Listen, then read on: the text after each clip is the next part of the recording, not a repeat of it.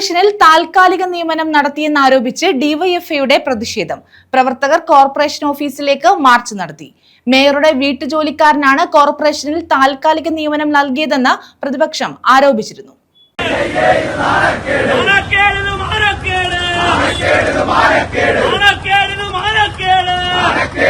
കൊല്ലം കോർപ്പറേഷനിൽ അനധികൃത നിയമനം നടത്തിയെന്നാരോപിച്ചാണ് ഡിവൈഎഫ്ഐയുടെ നേതൃത്വത്തിൽ കോർപ്പറേഷനിലേക്ക് മാർച്ച് നടത്തിയത്.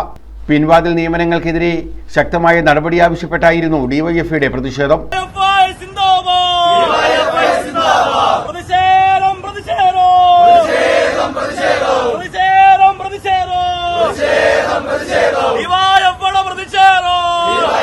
കൊല്ലം മേയറുടെ വീട്ടിലെ ജോലിക്കാരനെ ചട്ടം ലംഘിച്ച് പെരുമാറ്റച്ചട്ടം നിലനിൽക്കെ നിയമിച്ചെന്ന് ആരോപിച്ചായിരുന്നു ഡിവൈഎഫ്ഐയുടെ മാർച്ച്. സംഭവത്തിൽ അന്വേഷണം വേണമെന്നും ഡിവൈഎഫ്ഐ ആവശ്യപ്പെട്ടു. ന്യൂസ് ബ്യൂറോ, കൊല്ലം.